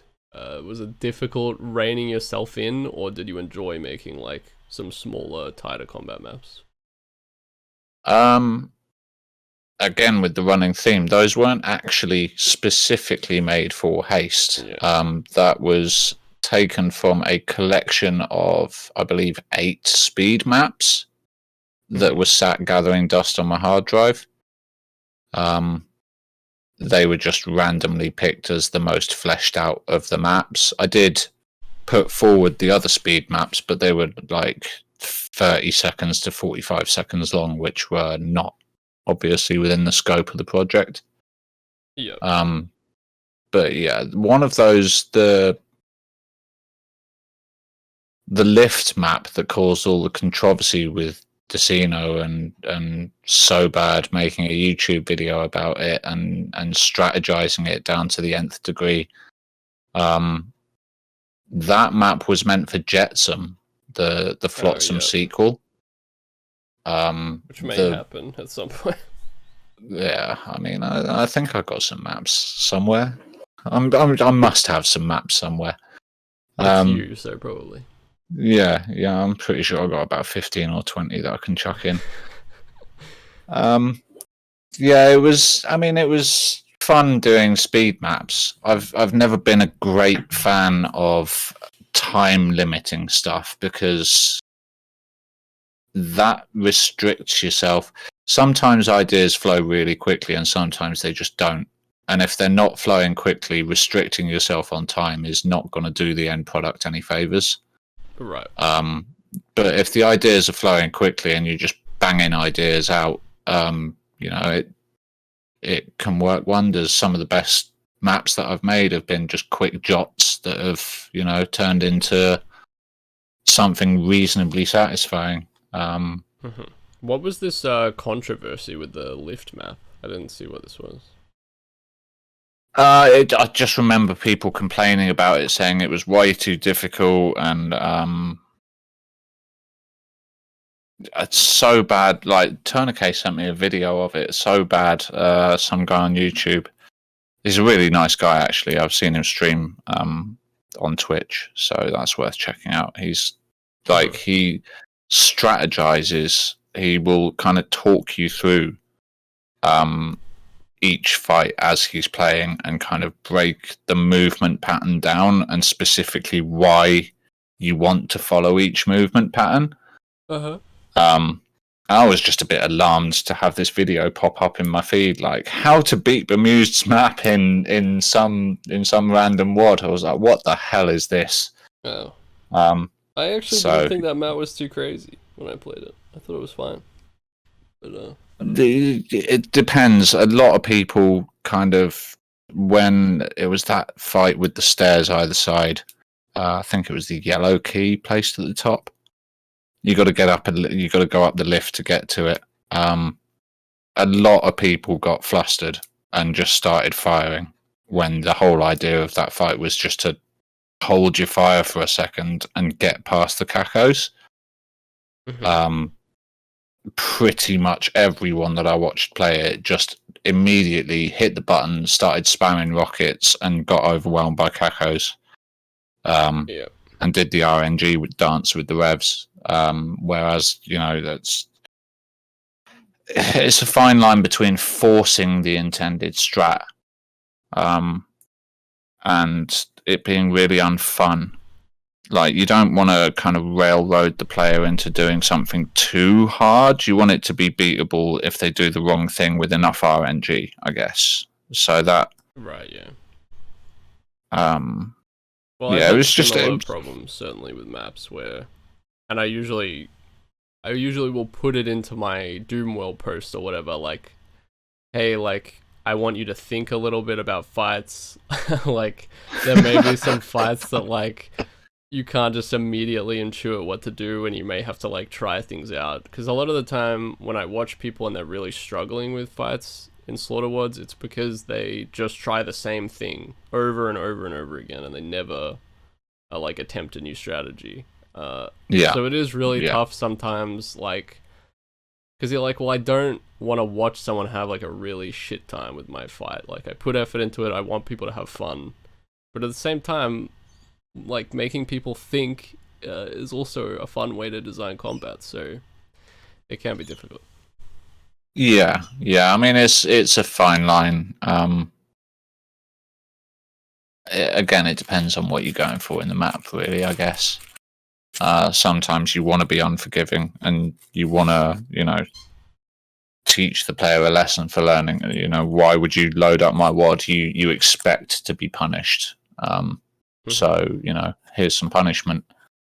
Yeah. But yeah, generally most of the time I try and shy away from that for the most part.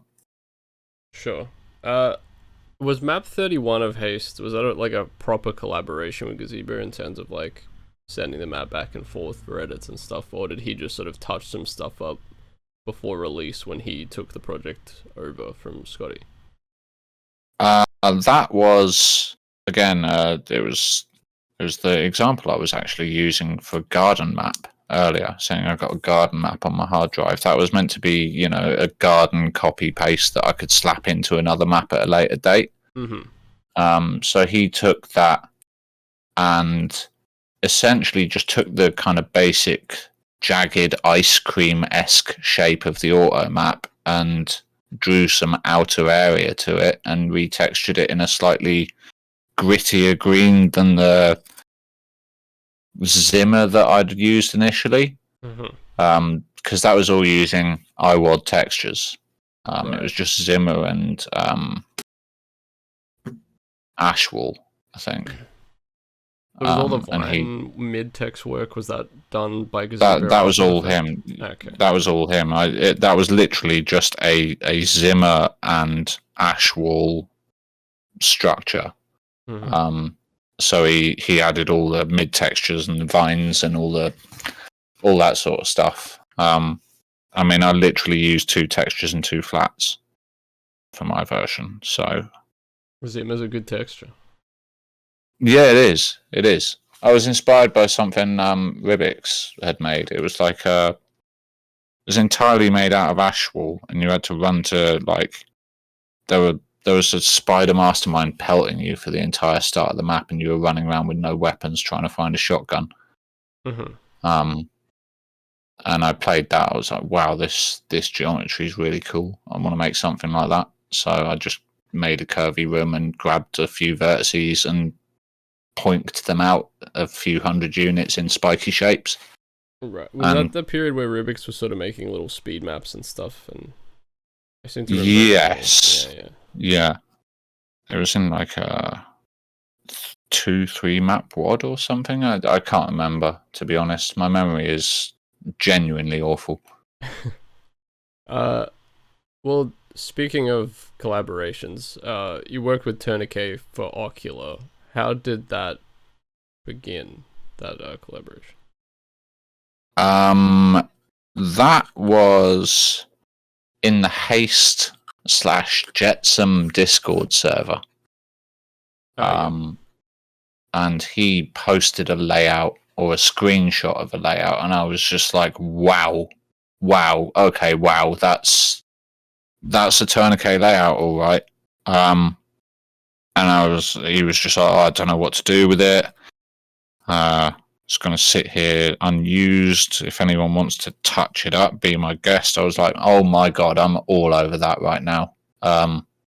So I actually listened to his interview on your podcast earlier before this, and supposedly it's part of a much bigger map that I really want to see. So it's kind of a shame that I, took a small part of it, but yeah, he essentially just he gave me the layout and took quite a hands-off approach with it. Really, I kind of working with somebody as big a name as that is, again, you got to step your game up if you're being if you're being given a layout that essentially says miasma 2 to you, which I know he said that he was trying to avoid, but like the layout was just like so far beyond anything I could comprehend drawing out myself. Because I can draw cubic stuff, I can draw abstract stuff, but that sort of skill saw-esque roundel type stairs with kind of edges and boundaries, and especially the kind of ones arranged around a circular structure. Like I can't draw that sort of stuff out, man. I just can't do it. I start kind of over-analysing it and trying to do it in mathematical points, and then I get flustered and just quit. Because everything has to be equidistant. I'm really overtly kind of anal about that sort of stuff. If it's not exactly 17.6 units from point to point on every single step, it's getting deleted.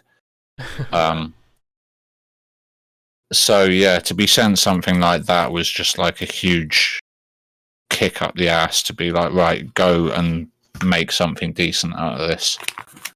So yeah, just an honor to be given something by him, really. It's not every day that a mapper as prolific as him turns around and says, take free reign on something that looks like I've just, discarded it, but could be. I mean, that Startan layout he gave me could have won an award by itself just for, artistic vision. And he's like, yeah, but by all means, do what you want with it. It's like, okay, cool. Thank you, because I muchly. think him and a few other people were going to be involved with Haste initially. He was invited to sort of make a map for Haste, but I think he he was also on like a bit of a sabbatical from Doom and sort of joined tentatively, saying like, oh, I might make something, but don't necessarily expect that. He didn't end up making something for it, but yeah, Oculo ended up coming out of it, so it was worth it anyway. Yeah, and I believe the map 2 of Oculo has got, like, that's been sat gathering dust on his drive for like 5 years at this point now, something like that. I mean, yeah, it's just another kind of, I can't remember who suggested it. I think it was Zul turned around and said, well, what convince him to release that red map? I've had enough of, like, I play tested that years ago, get him to release it. Just chuck it in with, the one that you're making with him. And I thought, that's a good idea. Why not making it a project instead of a single map? Yeah. So is that sort of where it started to build into something a bit more than just that initial map? So, because I know it ended up with a custom palette and looked like quite a lot of custom sprites and things. Is that where that all sort of began? Yes, yeah, because the map he gave me had certain sprite replacements already implemented, and it already had the red palette. So when I looked at that and I translated it across to my map, and I mean, my map had turned out entirely red anyway by chance. And the palette seemed to actually enhance the reds in my map. There are certain things that I would probably change, but I can't be bothered to. Like especially that was a problem. That's another reason why I didn't make the switch to MBF. The SDA Doom at the time had that super red washed out screen, And that change was implemented like 2 days after Oculo was released. So all the streamers are jumping on the brand new Slaughterwad with, this intense red hue on their screen. This is how it's meant to be played, guys. Like, right, okay. Yeah. Not sure what I'm making content for anymore. So yeah, there was that. But yeah, most of the palette changes and resprites were translated across from the map that ended up being map 2. Right. Okay. So I guess I think Oculo was like the last thing that you released. It's still in beta. I actually haven't released that yet. So I will sort that. I will sort that in the next few months. Once I pull my finger out and I get a burst of enthusiasm, I'll get back to that. Yeah, trust me, if he ever does get that burst of enthusiasm, it'll be done in like, I don't know, a day, probably. Yeah, it'll take me a few hours, but I mean, you'll see a post. One day I'll be like, I'm really bored, man. I've had enough playing KSP or Elden Ring or whatever. I'm going to knuckle down and I'm going to get this done. And you'll see a post appear randomly, and yeah. So, considering all the scraps you have lying around and stuff, there's likelihood for more Bemused stuff in the future? You probably will end up coming back to Doom, you think? Possibly, yes. It's rare that I find stuff that I deem of high enough quality to warrant its own release. With a community project, I'll lump in any old crap, but when you're putting your name to it, well, you got to be honest. Haste like, and Flotsam were born. Well, yeah, I just don't care about that sort of stuff. Like, you're at the end of a list of names. It's not, really all that meaningful. As long as it's passable quality, as long as you're not the stinker of the bunch, right? You can't be the worst one. As long as it's passable, you're all right. That's right. But yeah, generally speaking, I obsess over my stuff far too much to be pumping out content. But yeah, there's a certain type of map that I really like making, and I do want to get back to that style of map. It's just quite rare that I actually end up doing that when I get back to the editor. Yeah. It's like Flotsam map 13, is it? It was a red one with tech wall. And you started off looking at a side butt, and then you had to vile jump out, and it was like super obnoxious, and there was a 242 bridge. I think I remember the 242 bridge. Yeah. Everything was laid on a diagonal. One of the Haste maps was like that as well. Everything laid out on the diagonal, and like kind of quite a short, compact little kind of Rubik's with a bit more added, excess meat, shall we say. Yeah. I like making maps like that. So I do want to get back to that at some point, but just, yeah. Doom is a long game, you can drop it and come back to it as and when. It's always there for you. You're never going to be in a situation where you've got a PC that can't play Doom, so... It's true. You can play it on a vending machine if you really want. I don't know whether you could make the maps on a vending machine, though. That's true. But yeah, it's always there, ready. Once you know how to make an editor function and you've got that kind of basic understanding of core map functionality, it's not really something that you forget as such. So you can just come back and toodle around, and to be fair, most of making maps really visually is about mouse wheeling your ceiling height around, and it's not about knowing your editor at all. Like, anyone can spam a grid over a room and just mouse wheel the ceiling about till it looks visually pleasing. Yeah, visual mode's definitely helped a lot. Back in the day, when I was working with Doom CAD 95, didn't have visual mode. had to type all your heights in manually and then test in game. It was great. I mean, I did start with Doom Builder 2, which isn't as archaic as some, but it was. I at the time it was GZ Doom Builder, and here's how ignorant I am. I looked at the GZ and thought, well, that's got to be for GZ Doom, hasn't it? Well, that's So, fair, I think. Like, I don't know really why it was called. Was GravStyle involved in the production of it? I have no idea. I think at the time it was it Randy? There was a big controversy because Z Doom back. The original Z Doom was Randy. Who was God? What was their name? There was a big controversy because somebody, Max Ed, somebody changed the way the textures were displayed, and everyone threw their toys out of the pram.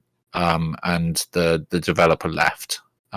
Oh, this was for GZ Doom Builder bug fix, I'm pretty sure, right? And then it became. I thought that's why GZ Doom Builder bug fix existed in the first place, because of that texture change. That is correct, I believe. Yeah. But yeah, I started out with Doom Builder 2 with, obviously, when you're placing things, you can't tell what they are, where they're facing. You draw lines and it would just crap out because you've drawn them wrong, apparently. Random crashes as soon as you completed a sector or whatever. I mean, yeah, I have used some pretty bad editors. I'm not quite on the level of yeah, I'm not quite on that level. If it wasn't for props to the people who make these editors nowadays, because they are really shit hot. Anyone can pick this up and just spam some lines and make something look pretty damn cool. I mean, it's insane how easy they are to use now, and how much more user friendly they are than back in the 90s. Yeah, it just takes. Like, I remember when I first started asking Armored Blood, this is a direct quote, how do I make a wall lower like Sunder? Like, I just didn't know how to, get the player to walk across a line and get a wall to lower. But once I learned that, I was away. Once you've got that basic, this is how the engine works, this is right, cool. I'm laughing. I'm learning now, and then you just get left on your own with the editor for however long it takes for you to learn it and make stuff that you're happy with. Yeah, it is like a bit like that. Like, once you understand, like, okay, line specials are a thing, they get activated in these ways. Like, that's pretty much all you need to make like progression function for the most part. Yeah, exactly. And the only limit then is your imagination and the fact that you can't make actual 3D shapes. And patience, I think. You have to have a lot of patience because like some editors, like modern editors, they're obviously more difficult to learn, but once you've learned them, they're a lot more powerful in terms of like, I can just like slap a bunch of prefab shit down and like push these walls out really quickly, and suddenly I have a space. But Doom, it's like you always have to draw all your lines. You have copy and paste to work with, but it is like a line to line thing. So I do think patience. Well, not strictly speaking, you can always go to Doom Builder X and use LUA scripting and just one click huge groups of sectors. But you do have to go and learn programming to do that. So. Not really. It's literally a drop-down menu where you click. I can't remember what the button is. Hold on, I'll open it now. Tools. Does it come with preloaded Lua scripts ready to go? I thought you had to load like plugins and stuff. No, it comes. I mean, you can get a new file and drop it in your Lua folder inside the folder for the editor, and it'll be in your drop-down menu. But it does come preloaded with some, yeah. Oh, that's cool. Yeah. I mean, Rubik's is obviously the biggest proponent for the Lua stuff and for DBX. I think mostly because he's a Mac user and DBX works well on Mac. or maybe he Yeah. even compiled it himself for Mac. I can't remember, but a lot of I mean, his yeah, there's at detailing in his later least stuff is done with Lua scripting. Like I think starting with Stardate 20XT7, there's some Lua work in that, and then a lot of his other stuff later. yeah. I mean, there's at least 25, 30 different scripts here in DBX. Well, that's how you did Bundled as standard. all that mid texture line work in Oculo, right?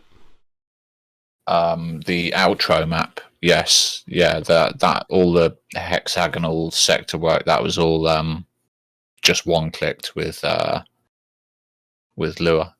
Yeah, I think because I'm pretty sure Rubik's was kind of trying to talk you through it from memory, and you were screwing around with it quite a bit, and it started off a bit memey, and then ended up looking pretty cool in the end. Yeah, it was my usual thing of fighting against people telling me how to do really basic stuff because, it involves using actual files and traversing my own computer, and me throwing my toys out the pram because I don't know how to do that. Fair enough. Well, you already sort of mentioned this earlier, but you have sort of preempted the question quite a lot with what I'm assuming is your answer. I always ask everybody what their favorite Doom monster is and why. And I guess we probably know, but if you want to sort of talk about why it may be the Revenant, I'm guessing. Well, I mean, apart from the Rev being, you can have a map with just Revs, and it is entertaining by itself. It's pretty much the only enemy, apart from maybe Cybers or Vials, where you can just have them by themselves and it'll still make something engaging and interesting. But I'm actually going to throw a curveball at the last moment and change it to the Pistol Zombie. Okay. Because you can't argue with the way they sound when you BFG like 30 of them. It just, that kind of cacophony of squish is just... So your true it's what favorite Doom monster is all about. The X death animation, really. Kind of, yeah. Yeah. Especially when you're like blasting it around with rocket, or when a cyber is doing it for you and you run through one as it's traveling at light speed from left to right across your screen. That is Doom in a nutshell. Well, Zombie Man, yeah, definitely a good curveball. But not totally unsuspected, because you've made a lot of massive blobs of zombie men in your maps, actually. Yes, under an alias, which shall remain nameless. Well, I mean, even in Dank Midis, I think there are a couple. Yeah. I mean, they're like a quick cleanup version of imps. They're more annoying when they're awake because they pop you from across the map with like this really unpleasant, unmissable damage. But they disintegrate in seconds. It doesn't matter how many you put of them in a map. They just melt in every scenario. So even versus themselves, they melt everything. So it's just a good, satisfying thing to spam. Mm-hmm. I was going to add a follow-up to the Revenant, which was that I thought it was interesting that you mentioned how well they interact with arch files as one of the components of like why you enjoy using them, because I've talked about Revenants with other people, but they haven't mentioned that, which I think is like a pretty important aspect of them for slaughter maps. Yeah, I mean the serious answer, the way that the timing of the vial attack happens, and I'm going to pick an example out of thin air here. The end of Sunder map 10, you're only circle strafing round the end of Hag's Finger. Mm-hmm. You're only circle strafing round a symmetrical structure with pillars in the way. But the way those rockets come out following you round what you think is safe space, and the vial attacks are timed where if it starts an attack and you're just running the circle strafe, you appear in the next archway just as it's finishing its attack animation, it forces you to hold cover for longer than the rev rocket does. So the two coinciding with each other, the timing forces a much more kind of dynamic movement pattern than just having the revs banging their projectile rockets, their homing rockets round the corners. It forces you to take a different movement pattern. Kind of once you've got around the pillar that you're taking cover from the revs using, you'll take a forward and back soaring motion to kind of get rid of the projectiles while still staying out of the sight of the vials. So just having those two monsters together adds a whole extra dynamic of projectile avoidance and damage avoidance. Any encounter, and some WODs suffer from this a little bit too much, where they overuse the Rev Vial combo, but pretty much if you put Revs and Vials in a room together, they're almost guaranteed to be somewhat fun as long as you give the player some cover to work with.